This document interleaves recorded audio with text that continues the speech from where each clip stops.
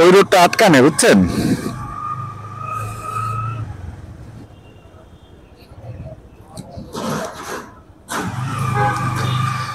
বিসমিল্লাহির রহমানির রহিম।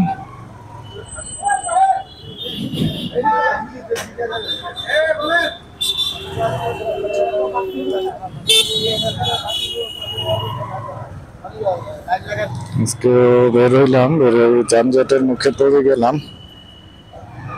আজকে আমার সাথে আমার এক কলিগ আছে, সেই আগের কলিগই।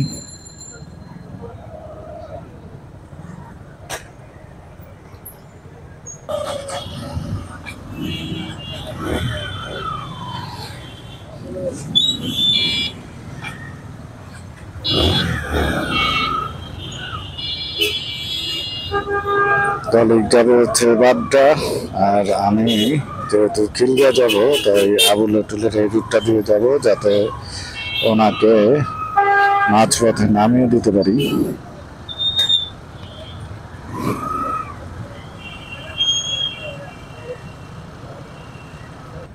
আল্লাহ জানে।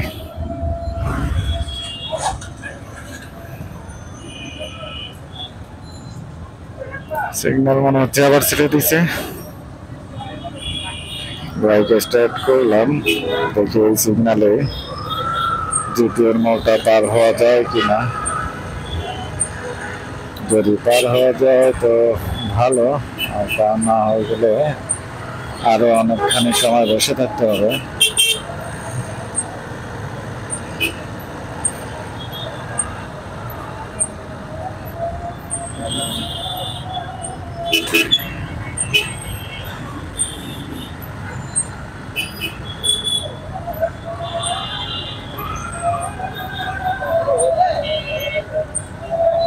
বামে ইন্ডিকেটর দিয়ে রেখেছি, কারণ আমি বামে টার্ন করব।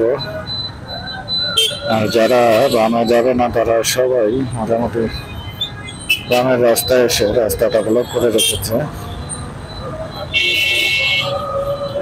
এদের অধিকাংশই বামে যাবে না, অথবা সোজা যাবে অথবা ডানে টার্ন করবে। যে সবগুলো ডানে টার্ন করতেছে, অথচ বামের রাস্তাটা ব্লক করেই তারা চলে যাচ্ছে। যাই হোক, বের হতে পারলাম অবশেষে। এখন এই পল্টন মোড়ের সিগন্যালের কি অবস্থা জানি না।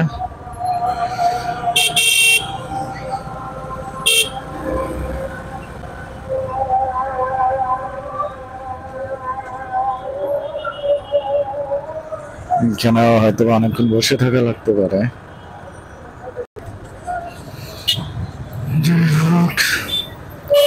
ভাগ্য সুপ্রসন্ন বলা যায়, বেশিক্ষণ দাঁড়িয়ে থাকতে হলো না, সিগন্যালটা ছেড়ে দিছে।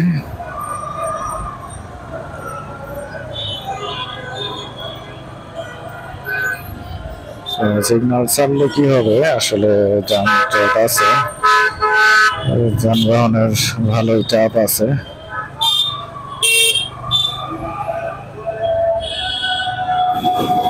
এখন পল্টন মোড় পার হয়ে বিজয়নগরে ঢুকে যাচ্ছি।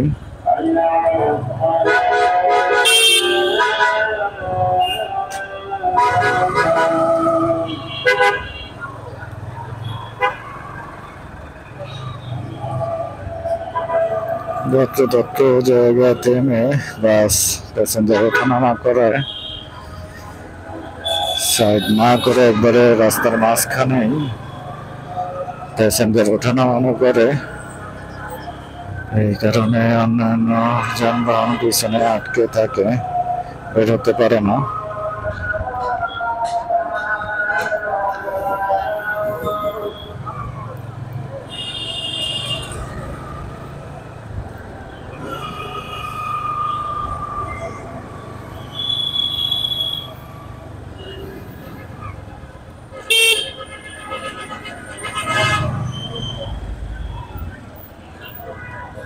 আজকে যানজটের প্রচুর আধিক্য লক্ষ্য করা যাচ্ছে।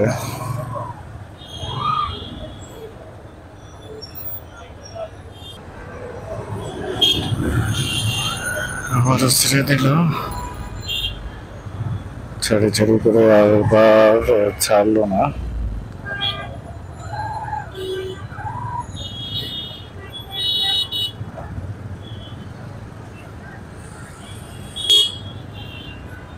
এবার মনে হচ্ছে ছেড়ে দিতেছে, যাওয়ার মতো স্কোপ পাচ্ছি না আসলে।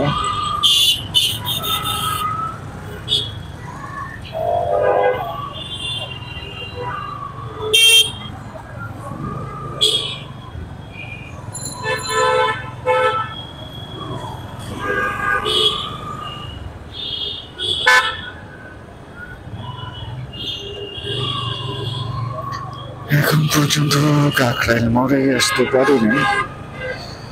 রাস্তার এতটাই দুরবস্থা বলা চলে।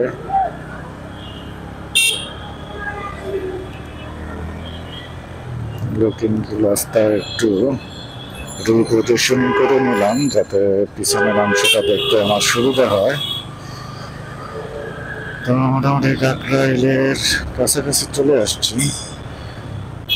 এখন বামে টার্ন করব। বামে টার্ন করলে কাকরাইল মোড়।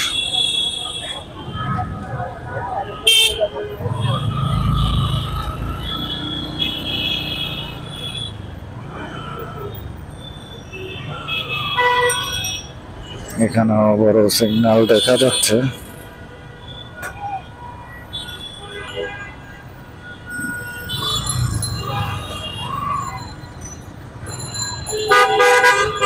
সিগন্যালে একটু একটু করে আগাচ্ছি, দেখা যাক কতটুকু যেতে পারি।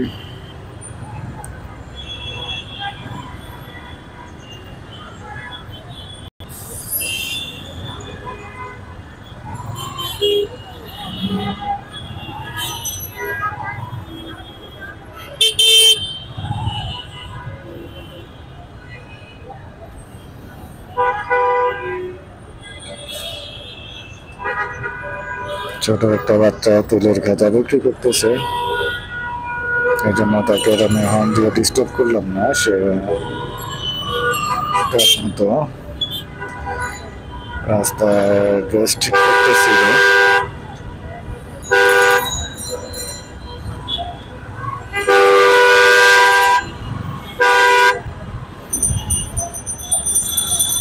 আমি একটু সামনে না গেলে খুব একটা প্রবলেম হবে না, তবে সে তার ড্রেস ঠিক করতেছে, সে একটু বিরক্ত হতে পারত। কত শিশু বলে যে তাকে বিরক্ত করবো সেটা নয়,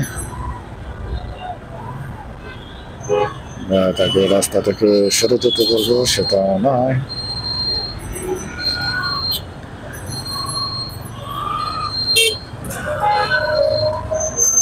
আমার ইচ্ছে আছে যদি আমার এই ব্লগিং থেকে যদি কোনো ইনকাম হয় তাহলে আমি এই পথ শিশুদেরকে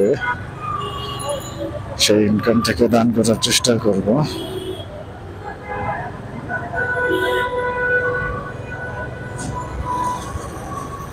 যেমন গান বলতে এরকম যদি একটা শিশু বা একটু পথে অবস্থানরত কাউকে যদি দেখি যে কিছু করতেছে, তাহলে হয়তো তাকে কিছু টাকা পয়সা দিয়ে ওই ধরনেরই বিজনেস করার জন্য সাপোর্ট দেওয়ার চেষ্টা করব। যেহেতু এই শিশুটা ভিক্ষা না করে তুলের খাঁচা বিক্রি করতেছে, তার মানে সে একটি ব্যবসায় জড়িত আছে, কর্ম করে খাচ্ছে বা কর্ম করার চেষ্টা করতেছে।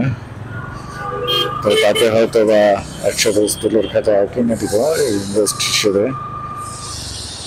বা সে যদি মনে করে অন্য কোনো আইটেম হলে সে ভালো বিক্রি করতে পারতো, প্রফিট করতে পারতো, যেটা চাহিদা আছে, অথচ সে টাকার অভাবে সেই প্রোডাক্টটা কিনে রাস্তায় নামতে পারতেছে না, তাহলে তাকে ওই প্রোডাক্টটি কিনে দেওয়ার চেষ্টা করব যাতে সে ছোটখাটো বিজনেস করতে পারে। এরকম ইচ্ছা আছে, চিন্তা ভাবনা আছে। যদি আমার এই ব্লগ থেকে ইনকাম হয় তাহলে আমি তাদেরকে হেল্প করব। আর আমার কাছে যত টাকা নেই যে আমি বা এক্সট্রা কোনো ইনকাম নেই, বেতন বাদে বা বেতনের যে ইনকামটা আসে সেই টাকা থেকে আমার কোনো সেভিংস হয় না বা করতে পারি না সেভিংস। তো আমার আসলে অপশন নেই এই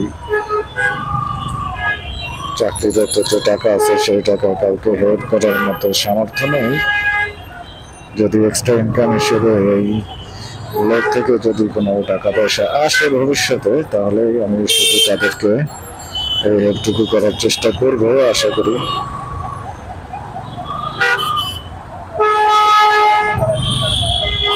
এখন হচ্ছে শান্তিনগর মোড় যেটাকে বলে সেই অংশটা পার হচ্ছি।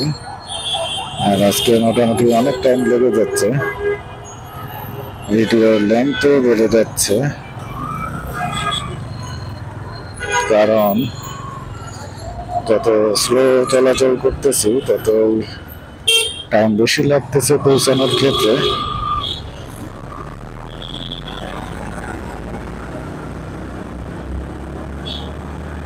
সো টাইম বেশি লাগা মানে হচ্ছে ভিডিওর লেন্থ বেড়ে দেওয়া।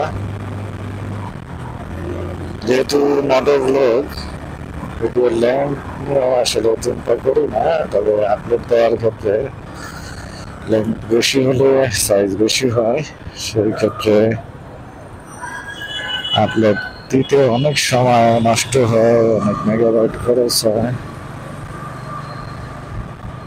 আর আপলোডের সময় সব কাজ বন্ধ করে রাখতে হয়, বিশেষ করে মোবাইল সংক্রান্ত বা সোশ্যাল মিডিয়া অ্যাকাউন্ট সংক্রান্ত সব কাজ বন্ধ রাখতে হয় আপলোডের সময়, যতক্ষণ না পর্যন্ত আপলোড হয়।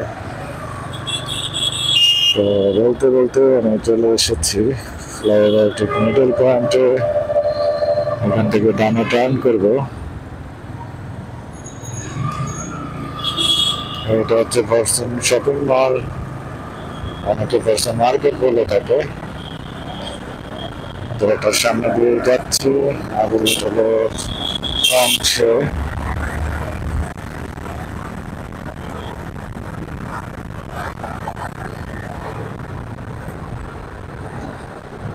মোটামুটি পুরো রাস্তার ভিতরে শুধুমাত্র ফ্লাইওভারে ওঠার পরে একটু টার্ন দিতে পারলাম।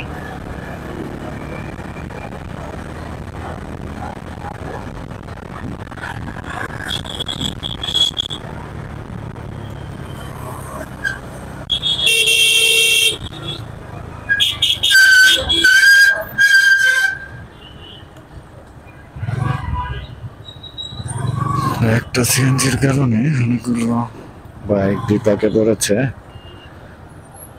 কারণ ওই সিএনজিটা বাসের পাশাপাশি জোরে জোরে টান দিচ্ছিল, মানে অন্য বাইককে সে সাইড দিচ্ছিল না। দ্যাটস ওয়াই অন্য যে পিছনের বাইক আছে তারা ওভারটেক করে বামে ঢোকার চেষ্টায় বা চিন্তা করতেছিল, সেই ক্ষেত্রে তার জন্য রিস্ক বা সাথে থাকা অন্য বাইকের জন্য রিস্ক।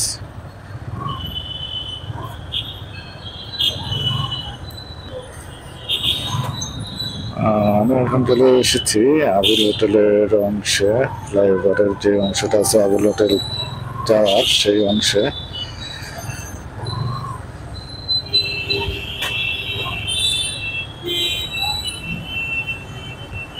তো এখানে একটু সিগন্যালে করতেই হয়, এটাই ন্যাচারাল।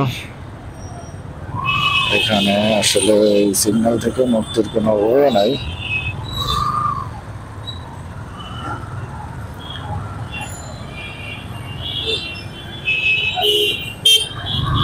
কারণ নিচে থেকে অনেকগুলো বাস আসে, হাইওয়ের বাস, যেগুলাকে আমরা ডিস্ট্রিক্ট বাস বলে থাকি।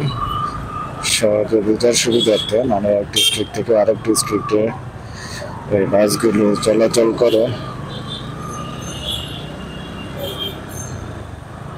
অর্থাৎ সায়দাবাদ থেকে যে বাসগুলো আসে সেগুলো এই নিচে দিয়েই এসে তারপরে যায় মহাখালী বা কুড়িল বিশ্বরোড হয়ে।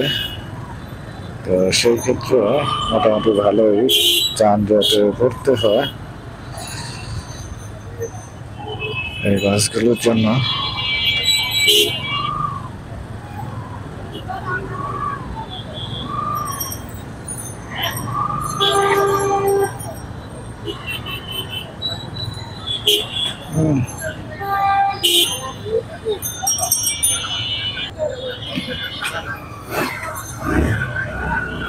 আমার কলিগ এখানে নেমে গেল।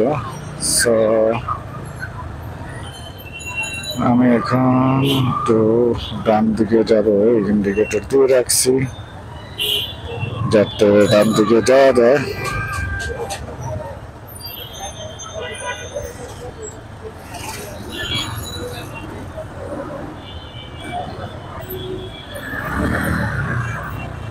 মোটামুটি অনেকখানি ডানে চলে আসছে।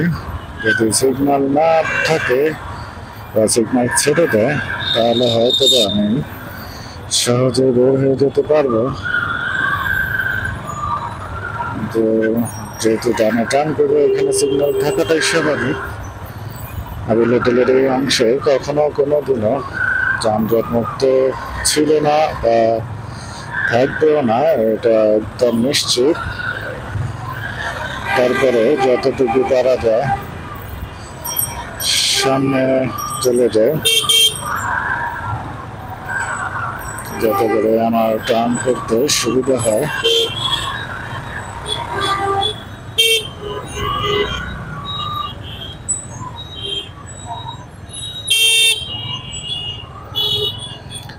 তো আইডিয়া সাকসেসফুল।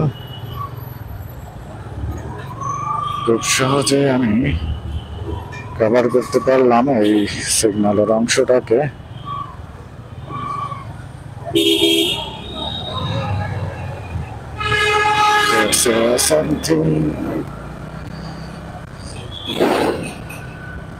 জ্যামে বসে থাকাটা অত্যন্ত বিরক্তিকর।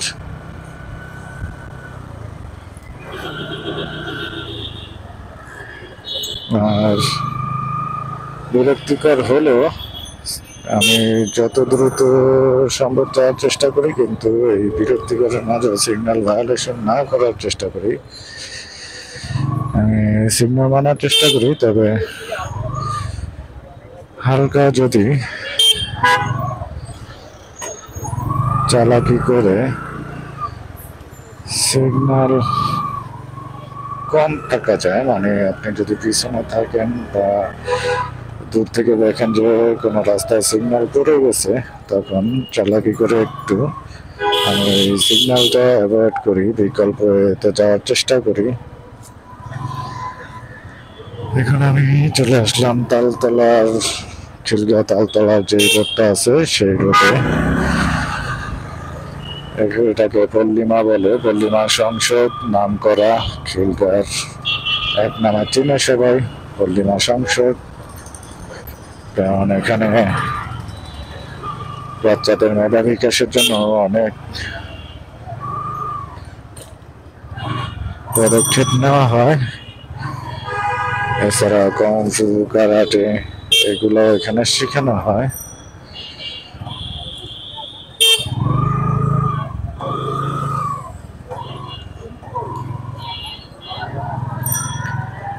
আর বলতে বলতে আমি চলে আসলাম আপন কফি হাউসের সামনে। এই আপন কফি হাউসও খুবই নাম করা। হচ্ছে আপন কফি হাউসের মেইন ব্রাঞ্চ। এখান থেকে সোজা গেলেই তালতলা মার্কেট। সেই মার্কেটের মেইন গেটের সামনে দিয়েই যাব। তালতলা মার্কেটও অসম্ভব রকমের যানজট থাকে মানে মার্কেটের সামনে, কারণ অনেক মানুষজন ক্রেতা সাধারণ এখানে প্রবেশ করে। ইভেন অনেক রেস্টুরেন্ট, ফাস্টফুডের দোকান হওয়াতেও এই রোডটা একদম জনবহুল হয়ে আছে।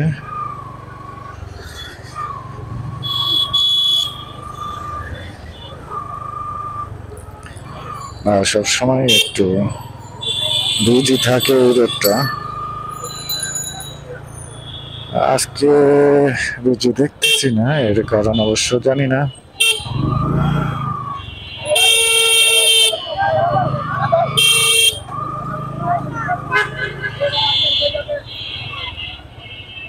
যদিও আজকে বুধবার, এই মার্কেট বন্ধ হচ্ছে, খুব সম্ভবত রবিবারে।